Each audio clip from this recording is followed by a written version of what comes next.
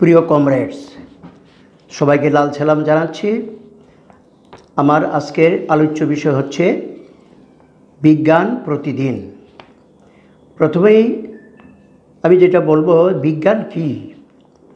বিজ্ঞান হচ্ছে বিশেষ জ্ঞান এবং সেটা প্রমাণযোগ্য। প্রমাণ ছাড়া কাউকে বিজ্ঞান বলা যায় না। তবে এমন অনেক জিনিস আছে প্রমাণ করা যায় না, যেমন ইলেকট্রন অণুবীক্ষণ যন্ত্রেও ধরা পড়ে না, যেমন প্রোটন। কিন্তু এগুলো থেকে যেসব নিয়ম বের করা হয়েছে, সেই নিয়মগুলি যখন আমরা অ্যাপ্লাই করি, প্রযুক্ত করি, দেখা যায় ফল পাওয়া যায়। কাজেই সেগুলিও বিজ্ঞান, প্রমাণতুল্য। আমি আসবো আসল বিষয়ের মধ্যে।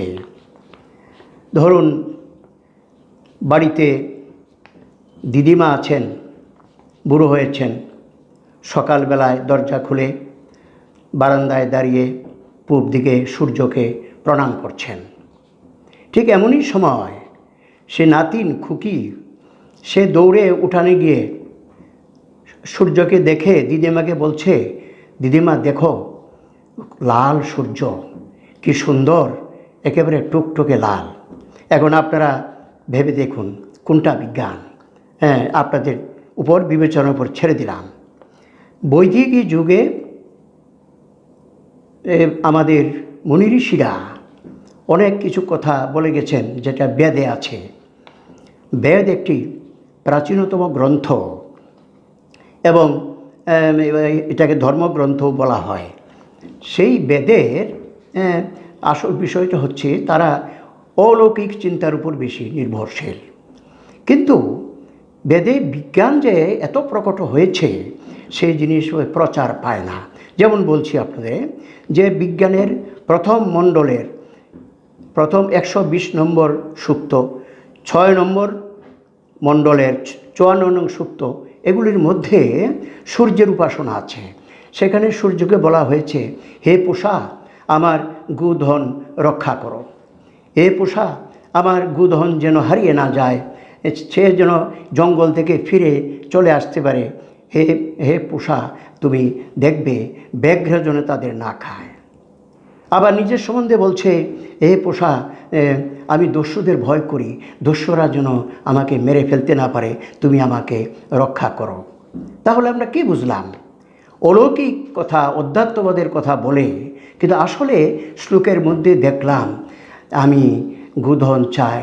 গুধন হচ্ছে তখনকার দিনে সবচেয়ে মূল্যবান গুধন, গরু আমরা যাকে বলি।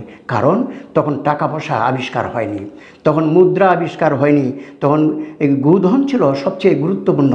কাজী শ্লোকের মধ্যে আমরা টাকা দেখি না, অর্থ দেখি না, দেখি গুধন, এর অর্থাৎ বস্তু। মূল কথা হচ্ছে বস্তু, মূল কথা হচ্ছে আমার সম্পদ, মূল কথা হচ্ছে আমার জীবন, মূল কথা হচ্ছে কে আমাকে রক্ষা করবে। এটা হচ্ছে মূল কথা।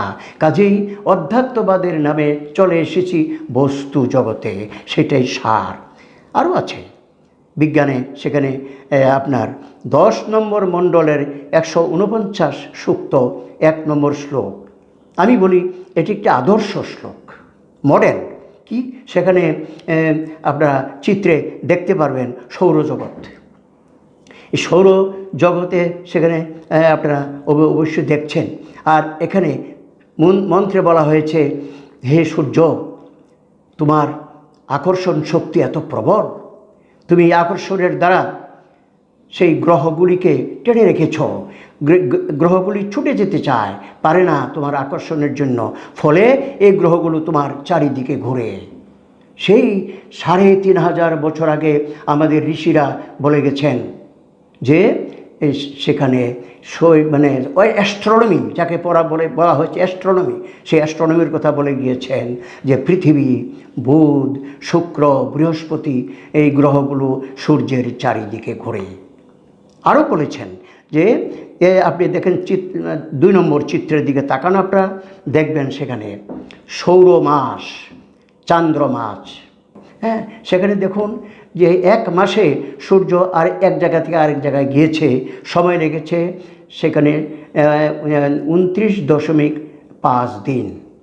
29.5 দিন। আবার চন্দ্র দেখেন একই সময়ে গিয়েছে 27 দিন।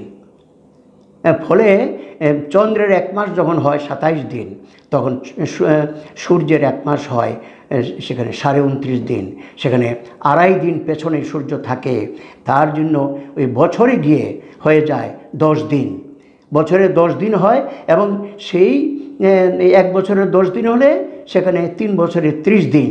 কাজেই চান্দ্র বছরে বলছে 3 বছর পরে এই বছরটা 13 মাস হবে, 12 মাসের জায়গায় গিয়ে আবার তার যার যার অবস্থানে চলে আসবে। তাহলে দেখুন তো, সেই ঋষিরা যে টেলিস্কোপ ছিল না, সেখানে দেখার মতো এমন কিছু ছিল না, খালি চোখে দেখে তারা দিনের পর দিন গবেষণা করে দেখে তারা এমনভাবে বের করেছেন যেটা নিখুঁতভাবে এখন বিজ্ঞানের সঙ্গে হিসাবে মিলে যায়। কাজেই সেখানে আমাদের প্রশ্ন থাকবো, অধ্যাত্মবাদী মূল কথা না এই বেদের মধ্যে বিজ্ঞানের কথাও মূল কথা? ঋষি উদ্দালক, উনি একজন ঋষি ছিলেন, উনি বলেছেন যে মানুষ মারা যাওয়ার পরে তার শরীর, তার দেহের যা কিছু আছে সব ধীরে ধীরে সব কিছু পৃথিবীর সঙ্গে মিশে যায়, মাটির সঙ্গে মিশে যায়, এবং সেখান থেকে আবার নূতন প্রাণের সঙ্গে সেগুলি যুক্ত হয়।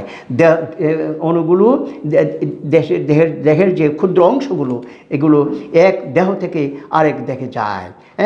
4 ভাগ দর্শন, সেই 600 বছর, খ্রিস্টপূর্ব 600 বছর আগে অনুমান 4 ভাগ ছিলেন। বৃহস্পতি ঋষি, উনার যে প্রবর্তন বিজ্ঞান, সেটা হচ্ছে 4 ভাগ দর্শন। এই 4 ভাগ দর্শনে আছে, তারা বলেছেন অতি প্রাকৃত কিছু নেই, প্রকৃতি জগতই সব।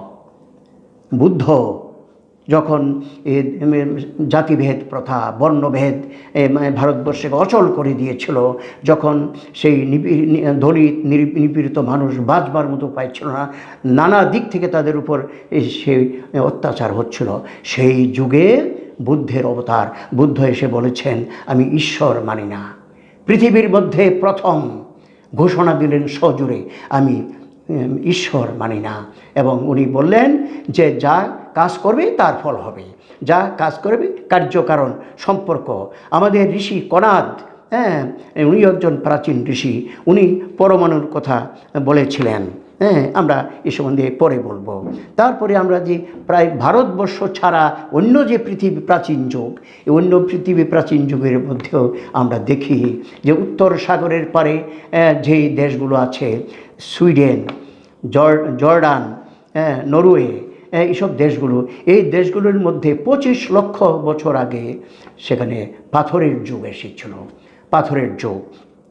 এবং সেই পাথরের যুগে মানুষ তখন শিকার করেছে পাথরের অস্ত্র দিয়ে। কিভাবে অস্ত্র বানিয়েছে? পাথরের সঙ্গে পাথর ঘষে তাকে সরু করেছে, ধারালো করেছে, যেন পশুটাকে কাটা যায় সেভাবে ধারালো করেছে, পাথরের উপর পাথর ঘষে, এবং ঘষতে ঘষতে এক সময় দেখা গেল আগুন জ্বলে গেছে। আগুনের আবিষ্কার হলো সেই প্রস্তর যুগের সবচেয়ে বড় আবিষ্কার, আগুনের আবিষ্কার। তারপরে মানুষ সেই শিকার, মাংস পুড়ে খাওয়া শিখলো।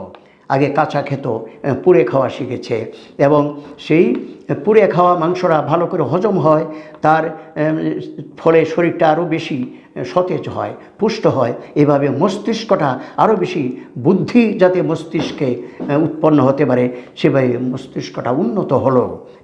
এবং উন্নত হওয়ার ফলে সেই পশু শিকার থেকে আসলো পশুর পালনে। কারণ অনেক পশু একদিন শিকার হয়ে গেছে, এত পশু রোজ তো দরকার নেই, কাজেই পশুগুলিকে নিয়ে তারা এক জায়গায় থাকতো, এক জায়গায় থেকে সেই কয়েকজনের পশুগুলি দেখতো, বাকিরা যেত আবার শিকার করতে। এভাবে আসলো পশু পালন, পশু শিকার থেকে পশু পালন। এবং এই পশু পালনের যুগে আমরা এসে দেখলাম মানুষ শিখলো যে এক জায়গায় থাকতে থাকতে দেখলো বিচি থেকে গাছ হয়, দেখলো যে ছিল না কিছু, বিচি থেকে গাছ হয়েছে, ফলটা খেয়ে ফেলে দিয়েছিল, এখন বিচি থেকে গাছ হয়েছে। বুঝলো যে এভাবে যদি পুঁতে দেই তাহলে গাছ হবে। আসলো কৃষি। কারণ কৃষি কেন দরকার? কারণ পশুরা লতা পাতা চারিদিকে খেয়ে একেবারে শূন্য করে দিয়েছে, নাই কিছু, কি খাবে? তার জন্য কৃষি আবিষ্কার হলো। কৃষি আবিষ্কার হওয়ার ফলে কি আসলো? কৃষির কৃষি কৃষি তো এমনি খালি জায়গায় হয় না, মাঠ চাই, জমি চাই। তারপরে জমি দখল করলো। এই জমি দখল নিয়ে সংঘর্ষ হলো, সংঘর্ষে কেউ হারলো, কেউ জিতলো, যে হেরে গেল সে বন্দী হলো, সে হলো দাস। এভাবে আসলো শোষক এবং শোষিত, সাম্যবাদ ভেঙে গেল। কাজেই আমরা কি দেখলাম, ছিল ফল সংগ্রহকারী, তারপরে হলো পশু শিকারী, তারপরে হলো পশুপালক, তারপরে কৃষি হয়ে স্থায়ীভাবে যাযাবর জীবন পরিত্যাগ করে তারা স্থায়ীভাবে বসবাস করতে শিখেছে। যাযাবর থেকে স্থায়ী নিবাস করে গেল। এবং এই যে যুগটা, সেই প্রস্তর যুগ, এই প্রস্তর যুগের বড় কীর্তি হলো পিরামিড।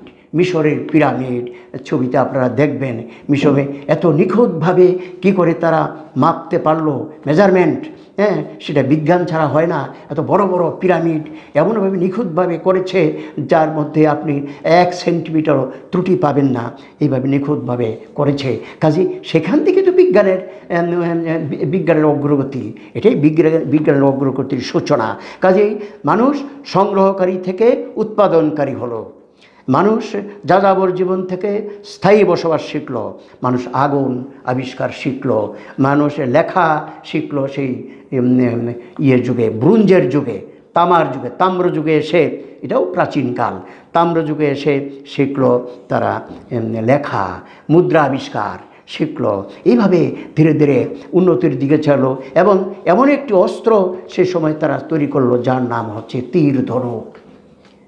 তীর বাঁকা অংশটা হলো তীর, তারপরে তার যে সুতাটা লাগানো হয়, স্ট্রিং, সেটা একটা আছে, আর তার সঙ্গে হলো তীর, ধনু এবং তার এবং তীর, তিনটা একসঙ্গে মিলো, এটা হলো জটিল অস্ত্র, পৃথিবীর মধ্যে প্রথম জটিল অস্ত্র।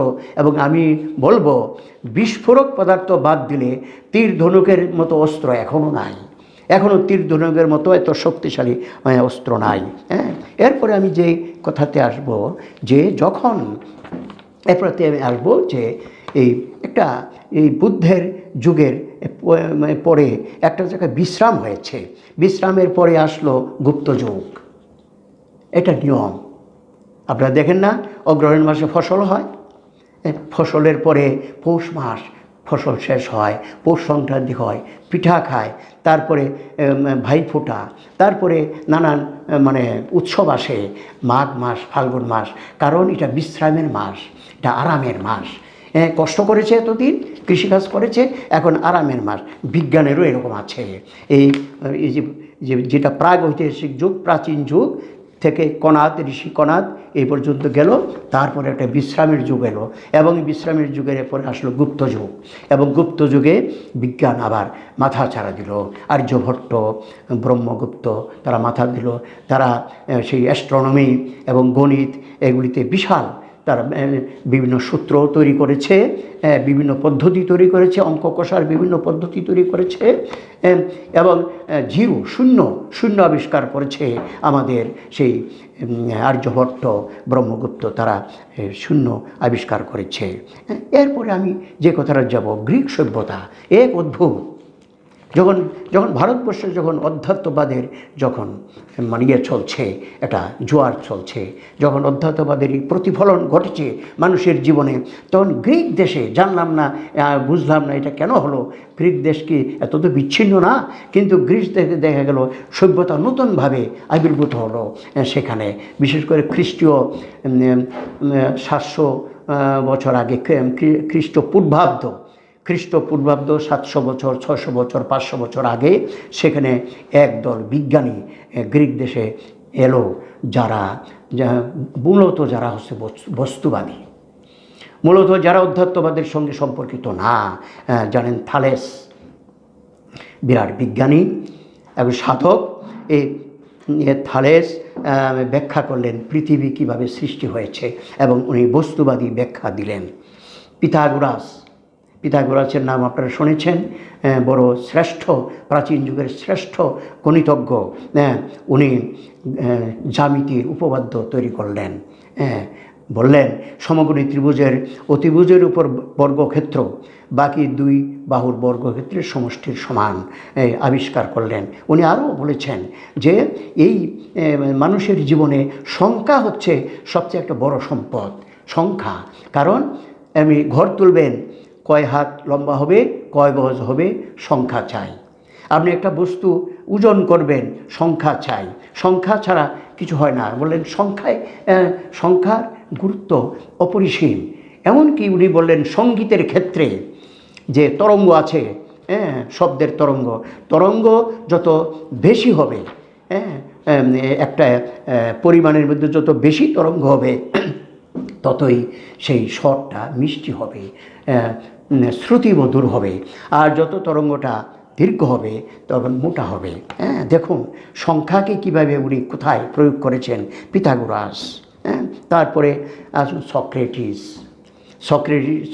বলেছে, সক্রেটিসের ছিল, উনি মানুষকে প্রশ্ন করতেন। যে কেউ গেলে প্রশ্ন করতেন, বলতেন যে তুমি কোথায় গিয়েছো, কি করেছো, ওটা কেন করেছো, সেটা কি পেলে, কি দেখলে, এভাবে মানুষকে প্রশ্ন করতেন। অনর্গল মানুষ বিরক্ত হতো। তখন বলতো আপনি বেশি পণ্ডিত হয়ে গেছেন। সক্রেটিস বলতো না, আমি বিশ্বাস করি, I only know that I know nothing. আমি এটুকুই শুধু জানি, আমি একজন অজ্ঞ, আমি জানি না। কিন্তু ওরা বলল আপনি তো ঈশ্বরের কথা বলেন না, যে আমি তো ঈশ্বরের কথা বলবো না, ঈশ্বর আমি মানি না। এই জন্য তাকে বিষ খাইয়ে তাকে হত্যা করা হয়েছিল। এই বিজ্ঞানের যুগের একটা সবচেয়ে বড় শহীদ প্রথম হলেন সক্রেটিস। এবং সক্রেটিসের পরে সেখানে সক্রেটিসের শিষ্য এলেন, শিষ্য প্লুটো এসে দেখলেন আমার শিক্ষক, ওনাকে এইভাবে মারা হয়েছে, উনি ব্যথা পেলেন, উনি বিশেষ করে মর্মাহত হলেন এবং উনি এই গুরুর ধরেই বস্তুবাদ দিকে অগ্রসর হলেন। কিন্তু শেষ পর্যন্ত প্লেটো যেই নীতি আদর্শ তৈরি করলেন তাকে বলে প্ল্যাটনিক নলেজ। এই প্ল্যাটনিক নলেজের মধ্যে উনি সেখানে কিভাবে বস্তুকে চিনতে হবে, কিভাবে কোনো ঘটনাকে চিনতে হবে, তার জন্য বললেন দুটো দিক দেখতে হবে, একটা হাতের কাজ আর একটা মাথার কাজ। হাতের কাজ মাথার কাজ যদি না হয় তাহলে সৃষ্টি হয় না। প্লেটো। তারপরে সেখানে আপনারা শুনেছেন যে একজন বিজ্ঞানিকের নাম না বললে হয় না, আর্কিমিডিস। তাও একজন শ্রেষ্ঠ বিজ্ঞানী, এখনও পৃথিবীর বৈজ্ঞানিক সমাজের মধ্যে উনি একজন শ্রেষ্ঠ বিজ্ঞানী, আর্কিমিডিস। সেই আর্কিমিডিসের ইউরেকা আপনারা জানেন। ইউরেকা, রাজা তাকে ডেকেছে, আমার এই সোনার যে মুকুট, এই সোনার মুকুট তুমি ভাঙতে পারবে না, কিন্তু না ভেঙে তুমি যাচাই করো এখানে সোনাটা খাঁটি না তাতে খাদ আছে। 3 দিন সময় তোমাকে দেওয়া হলো, 3 দিনের মধ্যে যদি বের করে দিতে না পারো তোমাকে শুলে দেওয়া হবে। আর্কিমিডিস মহা চিন্তায় পড়লেন, ভাবতে লাগলেন। 1 দিন গেল, 2 দিন গেল, 3 দিনের দিন, আজকে তো আমার জীবন শেষ, আমি তো বের করতে পারলাম না, কি করে মুকুট না ভেঙে এটাকে বের করা যায়। তারপরে তিনি অবসন্নভাবে উনি স্নান করতে গেলেন। স্নান করার সময় উনি এই চৌবাচ্চাতে যখন বসলেন, তার কাছে মনে হলো আমাকে আজকে হালকা লাগছে। তো এই হালকা থেকে উনি হঠাৎ মনে করলেন, নারী হালকা লাগছে কেন? কারণ জল তো আমাকে চাপ দিয়ে ধরছে উপর থেকে, এই জন্য হালকা লাগছে। ইউরেকা, আমি পেয়ে গেছি। তারপরে উনি সূত্র আবিষ্কার করলেন যে কোনো বস্তু জলে যদি ডুবানো হয় তাহলে যেই জলটা সে তারায়, সে পুরা ডুবানো বা অর্ধ ডুবানো, যে জলটা সে অপসারণ করে সরিয়ে দেয়, এই জলটার ওজন তার ওজন থেকে কমে যায়। যদি জলের মধ্যে মাপা হয় তাহলে তো সোনা খাঁটি কিনা এখন বোঝা যাবে। সোনার এটা বলে আপেক্ষিক গুরুত্ব উনি বের করলেন, আর মুকুটের আপেক্ষিক গুরুত্ব বের করলেন, বের করে উনি বের করে দিলেন সোনা খাঁটি সোনা না কিছু ভেজাল আছে। হ্যাঁ, তাহলে দেখুন কিভাবে আবিষ্কার হয় একটা ঘটনা থেকে আসা। আপেল পড়া থেকে আপনারা শুনবেন পরে, যেখানে মাধ্যাকর্ষণ, আর দেখা গেল একটা মুকুট থেকে, মুকুটের থেকে রাজার ধমক খেয়ে এত বড় আবিষ্কার উনি করলেন। প্লবতা, যেই প্লবতায় এখন আমরা বলি জাহাজ ভাসে, এত বড় জাহাজ ভাসে, লোহাটা ডুবে যায়, জাহাজটা ভাসে। ওই এরোপ্লেন আকাশে ভাসে, বায়ুর প্লবতা। এই প্লবতার উপর দাঁড়িয়ে বেলুন ছাড়া হচ্ছে আকাশে, ঘুড়ি উড়ানো হচ্ছে আকাশে। এবং এই যে এত সব জিনিস আবিষ্কার হলো প্লবতার, তার মূলে হচ্ছেন আর্কিমিডিস। তারপরে যে বিজ্ঞানীর কথা না বললে হয় না, লিউসিপাস এবং ডেমোক্রেটাস। লিউসিপাস টিচার আর ডেমোক্রেটাস হলেন তার স্টুডেন্ট। এই দুজন ছাত্র শিক্ষক দুজনে মিলে তারা আবিষ্কার করলেন তারা দুজনে মিলে আবিষ্কার করলেন যে কোনো পদার্থের ক্ষুদ্রতম কণা হচ্ছে পরমাণু। যীশু খ্রিস্টের জন্মের 500 বছর আগে লিউসিপাস এবং ডেমোক্রেটাস আবিষ্কার বলে দিলেন ক্ষুদ্রতম কণা হচ্ছে পরমাণু। এত আগে। তা এরপরে আমরা দেখলাম আবার বিশ্রাম। এই বিজ্ঞানের যুগটা গেল, এই গ্রিক যুগে বিজ্ঞান, তারপরে একটু বিশ্রামের পরে সারা পৃথিবী জুড়ে এখন বিজ্ঞানের আলো শিখা সারা পৃথিবীতে ছড়িয়ে পড়লো। আসলো আর একটা যুগ, 1450 খ্রিস্টাব্দ থেকে 1630 খ্রিস্টাব্দ পর্যন্ত, প্রায় সেখানে 200 বছর। এই 200 বছর বলছে রেনেসাঁস, বিজ্ঞানের বিপ্লবের যুগ। শুধু এক দেশে না, বিভিন্ন দেশে। সেখানে আমি বলবো সুইস বিজ্ঞানী প্যারাসেলসোসের কথা, উনি হলেন অ্যালকেমিস্ট। অ্যালকেমি কি? অ্যালকেমি হচ্ছে একটা পদার্থকে অন্য পদার্থে রূপান্তরিত করা। একটা পদার্থকে অন্য পদার্থে রূপান্তরিত করা, এই গবেষণা শুরু হলো। উদ্দেশ্য হলো যে কোনো বস্তুকে সোনায় রূপান্তরিত করা যায় কি না, কারণ সোনা হলো তখন সবচেয়ে দামি মুদ্রা আবিষ্কার হয়ে গেছে সোনা। কাজেই অ্যালকেমির গবেষণা চললো। এই অ্যালকেমির গবেষণায় যিনি সুনামখ্যাত যিনি বিজ্ঞানী প্যারাসেলসোস, উনি বললেন যে আমি বিষ থেকে ওষুধ তৈরি করব, পয়জন, সাপের বিষ বা যেহেতু বিষ আছে, বিষ থেকে ওষুধ তৈরি করব। অনেক ওষুধ তৈরি করলেন, অনেকে ভালো হলেন ওষুধ খেয়ে, কেউ হয়তো সেটব্যাকও হয়েছে, হতেই পারে, পরীক্ষা নিরীক্ষার মধ্যে এটা হতেই পারে, সম্ভব না। তারপরে ফ্রান্সের রাজা অসুস্থ হলেন। ফ্রান্সের রাজা লুইস কিং অসুস্থ হলেন। অসুস্থ হয়ে উনি বললেন যে সুইডেনে একজন বিষ থেকে ওষুধ তৈরি করেছে, যাও আমি ওনার ওষুধ খাবো। ওনারা ওষুধ নিয়ে দেওয়া হলো, রাজা বেঁচে গেলেন, কঠিন রোগ থেকে বেঁচে গেলেন। শুধু বাঁচা নয়, সেই রাজা 72 বছর রাজত্ব করেছেন। 72 বছর রাজত্ব করেছেন, বেঁচে ছিলেন 110 বছর। পৃথিবীর মধ্যে সবচেয়ে বেশি দিন রাজত্ব করেছেন এই রাজা লুইস কিং 14। এবং তার সঙ্গে নিশ্চয়ই সেই ওষুধ বিষ থেকে ওষুধের রেফারেন্সটা আছে বোধহয়। এই ওষুধের মধ্যে আরেকটা জীবনী শক্তি ছিল, তার জন্যই এটা হয়েছে। তারপরে বিজ্ঞানী অ্যাস্ট্রোনমার টলেমি একজন বড় গবেষক ছিলেন, অ্যাস্ট্রোনমির গবেষণা।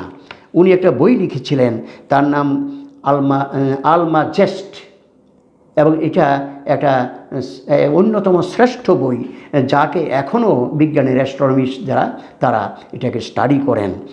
উনি অনেক তথ্য তার মধ্যে দিয়ে গেছেন। এরপরে আসলেন পোল্যান্ডের বিজ্ঞানী কোপার্নিকাস। এই কথাটা কেন বললাম, যে একটু জোর দিলাম যে উনি একজন অন্যতম পথিকৃৎ বিজ্ঞানের ক্ষেত্রে। উনি বললেন যে তোমরা সবাই বলছ পৃথিবীর চারিদিকে দুনিয়া ঘুরছে, আর্থ সেন্ট্রিক, পৃথিবীর চারিদিকে সব দুনিয়া ঘুরছে, কিন্তু সূর্য পৃথিবীর চেয়ে অনেক বড়। হ্যাঁ, পৃথিবীর এই ক্ষমতা নাই সূর্যকে ঘোরাবে। কাজেই এটা ঠিক না। ঠিক হচ্ছে যে সূর্যের চারিদিকে সব ঘুরছে, পৃথিবীও সূর্যের চারিদিকে ঘুরছে, সমস্ত গ্রহ ঘুরছে। পাদ্রীরা এলেন, ডাকালেন তাকে, তুমি এসব বলছো? তুমি সকালে দেখছো না কীভাবে সূর্য উঠে পূর্ব দিকে পশ্চিম দিকে অস্ত যায়? চোখে দেখছো না? চোখের দেখাটা বিশ্বাস করছো না? তুমি আমাদেরই যে এতদিনের বিশ্বাস তার উপর আঘাত করছো। তুমি সব পাগলামি বন্ধ করো, না হলে তোমার বিপদ হবে। তমকে কোপার্নিকাস তখন প্রায় গৃহবন্দীর মতো উনি পরে বিজ্ঞানের গবেষণা চালিয়েছেন, কিন্তু তাতে বিজ্ঞান শেষ হয়ে যায়নি। এই ইতালির এক বিজ্ঞানী, ওনার নাম জিওর্ডানো ব্রুনো, ফিলিপ্পি ব্রুনো তাকে বলা হয়, জিওর্ডানো ব্রুনো। উনি বললেন, উনি 40-42 বছরের যুবক বিজ্ঞানী, উনি বললেন যে যাকে ধমক দিয়ে রাখা হয়েছিল কোপার্নিকাস, উনি সঠিক। তবে উনার একটা জায়গায় একটু ত্রুটি আছে। উনি বলছিলেন যে গোটা দুনিয়াটা সূর্যের চারিদিকে ঘুরে, এটা ঠিক না। তবে সৌরমণ্ডলে যা আছে সেটা সূর্যের চারিদিকে ঘুরে, এবং এরকম মানে হাজার হাজার সৌরমণ্ডল এই মহাবিশ্বে ছড়িয়ে আছে। হাজার হাজার সৌরমণ্ডল মহাবিশ্বে ছড়িয়ে আছে, বলছে অসীম সংখ্যার, এবং সব জায়গাতেই এই সূর্যের চারিদিকে গ্রহ উপগ্রহ ঘুরছে। এটা হলো কথা। এটা সংযোজন। এই কোপার্নিকাসের ব্যাখ্যাটাকে আরও বাড়ালেন, বলছে আরে এ তো আরেক মহাপাতক। হ্যাঁ, সে তো তাকে বড় ঠান্ডা করেছিলাম কোপার্নিকাসকে এত, তখন সেখানে তার উপরে আদেশ হলো তাকে জ্যান্ত মারো। রাজা উপস্থিত থেকেই সমস্ত মানুষ মিলে তাকে গায়ে ঢেলে দিয়ে মানে সেখানে কেরোসিন বা এরকম জিনিস ঢেলে দিয়ে তাকে পুড়িয়ে মারা হলো। এলো দ্বিতীয় শহীদ। আগে বলেছিলাম প্রথম শহীদ সক্রেটিস, এবং দ্বিতীয় শহীদ হলো জিওর্ডানো ব্রুনো। তা হলেও কি হবে, ইনি ইতালির ছিলেন। ইতালির আরেক বিজ্ঞানী জেগে উঠলেন, ওনার নাম গ্যালিলিও বললেন কোপার্নিকাস ব্রুনো যা বলেছে সঠিক, তোমরা আমাকে মারবে বললে পর পারবে না, কারণ আমি তোমাদের হাতে নাতে প্রমাণ করে দেব তারা সঠিক ছিল। আমি টেলিস্কোপ যন্ত্র তৈরি করেছি, আসো আমি টেলিস্কোপ ফিট করেছি, তোমরা সবাই দেখো।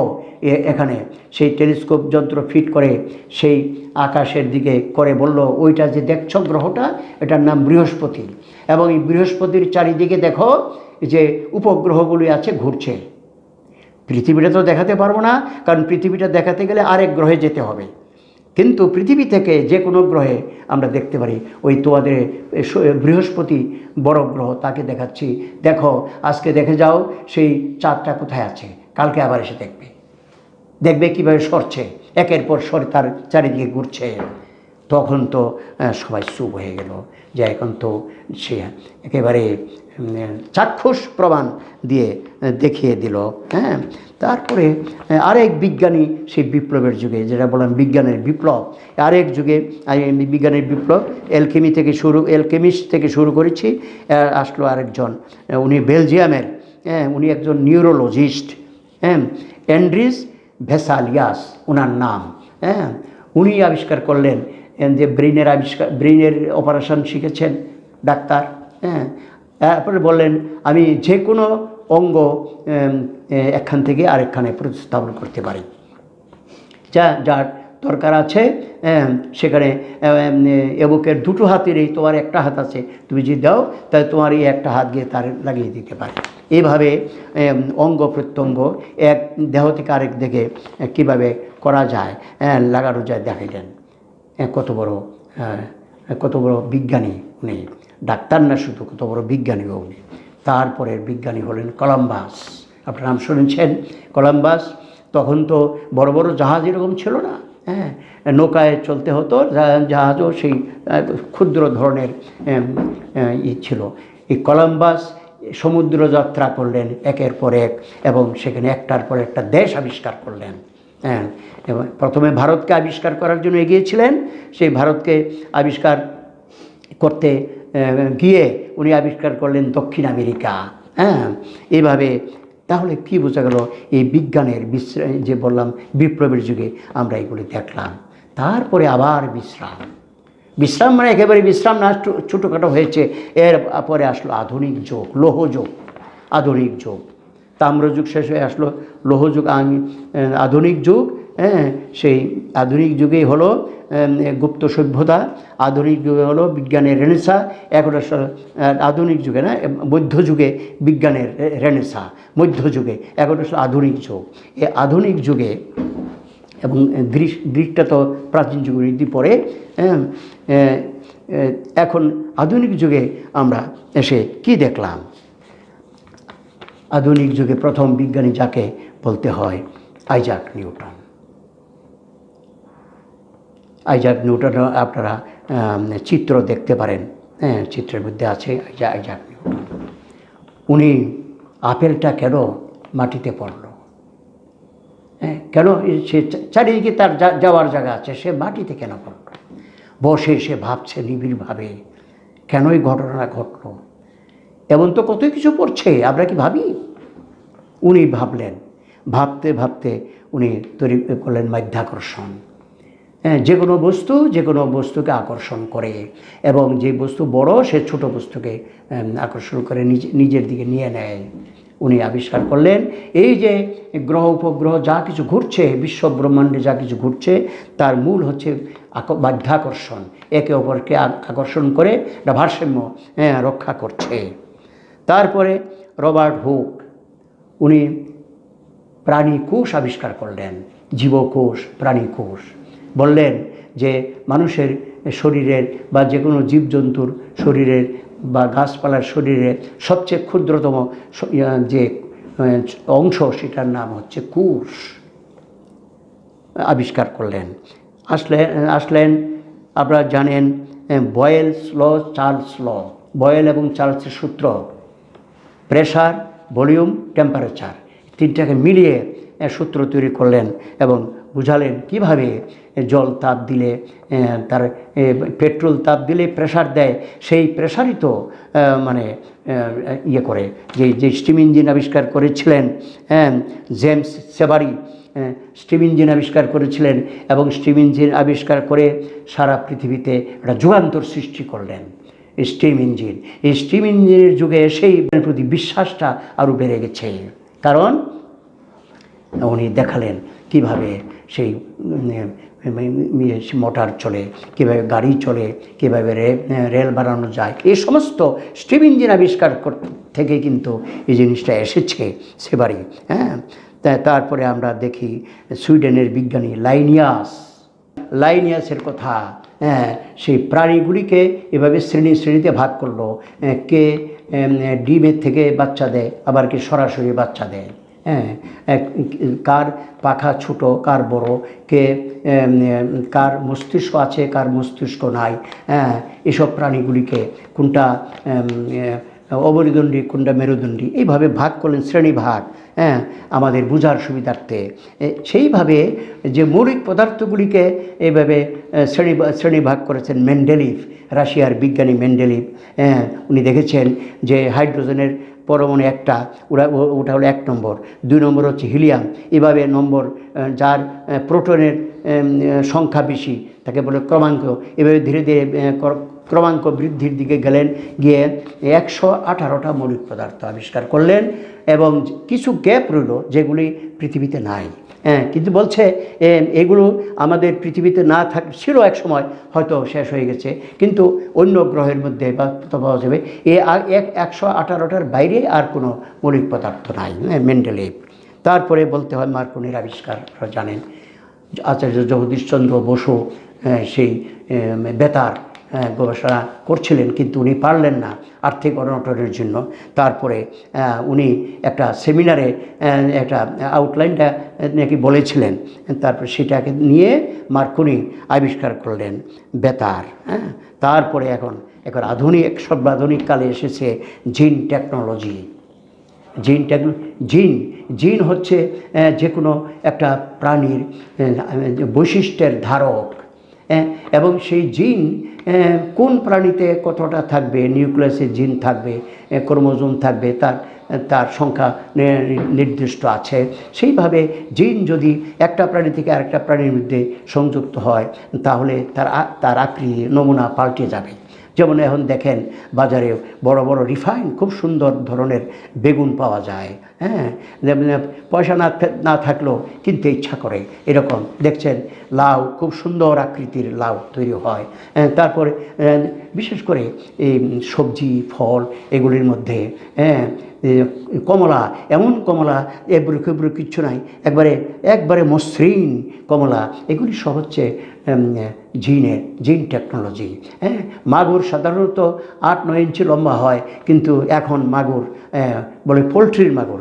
আসলে ওনারাও জানে না কীভাবে তৈরি হচ্ছে এটা কিন্তু সেখানে জিন চেঞ্জ হয়ে এটা হয়েছে।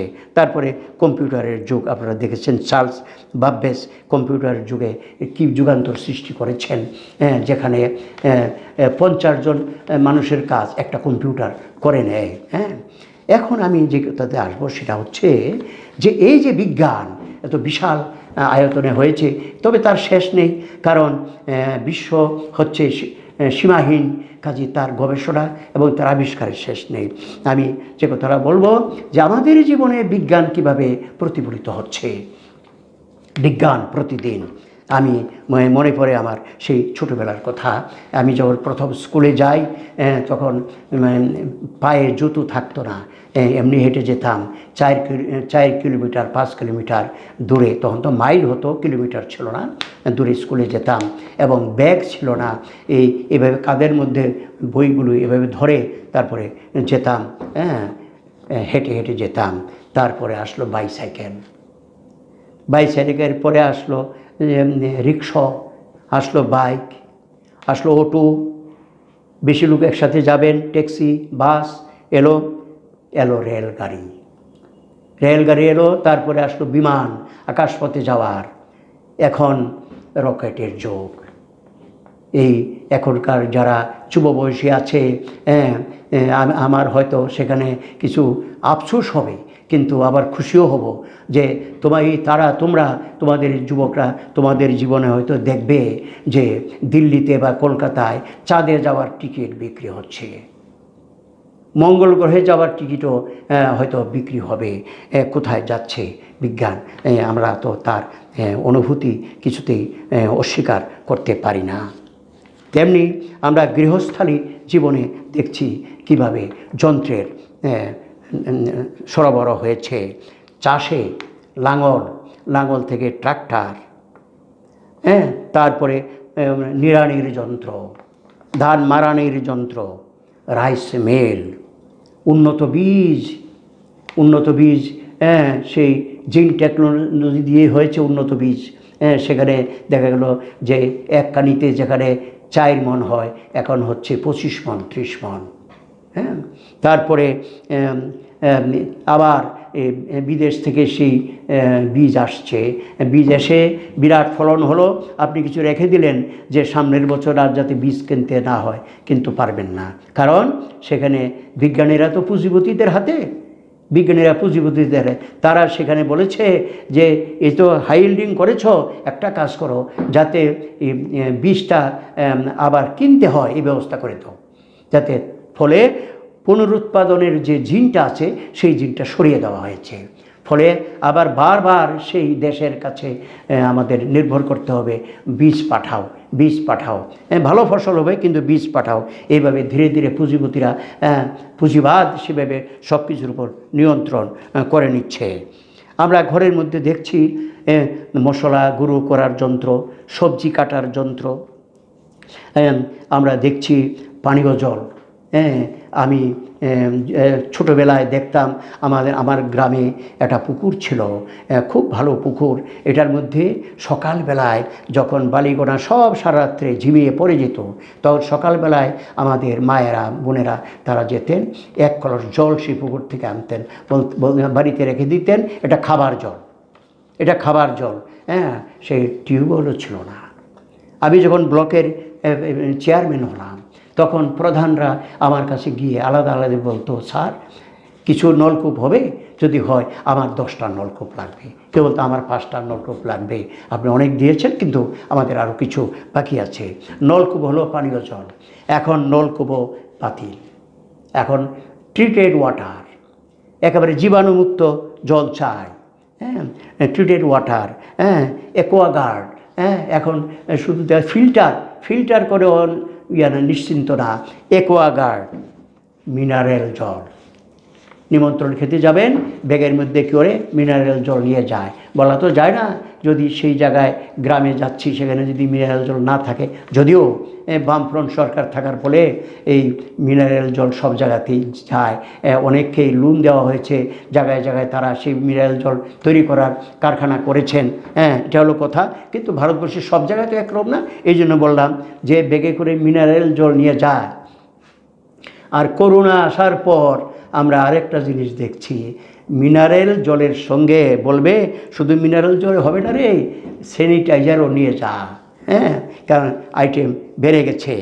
আমরা যোগাযোগ ব্যবস্থার ক্ষেত্রে দেখছি কি বিরাট পরিবর্তন। একটা পোস্টকার্ড লিখে সেই কলকাতা বা দূরে আছে আত্মীয়কে লিখলাম, আর 15-20 দিন বসে রইলাম, উত্তরটা কখন আসবে, সে কেমন আছে, ভালো আছে কি না। হ্যাঁ, তারপরে অনেক সময় পোস্টকার্ড মানুষ পড়ে ফেলে, গোপন কথা বলা যায় না, আসলো এনভেলাপ। তারপরে আসলো টেলিগ্রাফ বলে টরে টক্কা, নাম ছিল টরে টক্কা। এটা সাউন্ড করে সেখানে পাঠানো হতো, এবং সাউন্ডটা সেখানে ধরা পড়তো, যেখানে তাকে বিশ্লেষণ করে দেখা গেল খবরটা এসেছে কি, যে তোমার বাবা অসুস্থ, তাড়াতাড়ি বাড়ি আসো।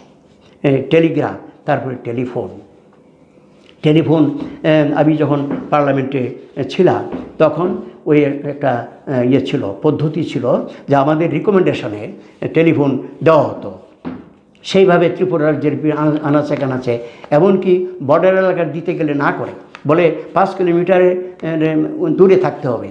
তখন আমি দরবার করে সেখানে একেবারে আমার এলাকা ছিল কুনাবন, সেখানে বর্ডারের 0.5 কিলোমিটারের মধ্যে নিয়ে এই ল্যান্ড ফোর্ট স্থাপন করেছি। হ্যাঁ, তারপরে একদিন আমাকে বললেন দেবকুমার চক্রবর্তী, যিনি জেনারেল ম্যানেজার ছিলেন বিএসএনএলের, উনি বললেন, স্যার এত তো তার দিয়ে অত সব করেছি আমরা, কিন্তু এক সময় আসবে এগুলি কাজে লাগবে না। কেন? বলে স্যার মোবাইল ফোন আসছে, মোবাইল ফোন। হ্যাঁ, আচ্ছা, আরে মোবাইল ফোন এসেছে, আমার তো পার্লামেন্টে আলোচনা হচ্ছে, আমার মোবাইল ফোন কমিটিতে আমাকে রেখেছে যে পার্লামেন্টের মেম্বারদেরই মোবাইল ফোন দেবে। বলে হ্যাঁ স্যার, মোবাইল ফোন আপনি এই যে দেখছেন না, এত চারিদিকে এইসব ছেলেপিলেরা আছে, সবার হাতে মোবাইল ফোন যাবে স্যার, সবাই হাতে। আমি করি এত টাকা কে জোগাড় করবে স্যার, দেখবেন না মোবাইল যাবে। আজকে বাস্তবে এটা দেখলাম, মোবাইল ফোন। আর এখন চিঠি কেউ লেখে না, ফ্যাক্সে পাঠায়। এখন ফ্যাক্সও অচল, SMS, ইমেইল। হ্যাঁ, তারপরে সেখানে ইমেইল ধরছে, আবার ফোনে কথা বলছে আপনাকে দেখতে চাই, একটু ভিডিওটা খুলে দিন। হ্যাঁ, কীভাবে উন্নত হচ্ছে, আমরা ভোগ করছি। গরিব ধনী সবাই কম বেশি ভোগ করছি, ধনীরা একটু বেশি ভোগ করছেন, গরিবরাও তার স্বাদ পাচ্ছেন। বৈদ্যুতিন মাধ্যম, তার মধ্যে টিভি, রঙিন টিভি না হলে চলে না, রঙিন টিভিতে সিনেমাও আছে, দেখা যায়।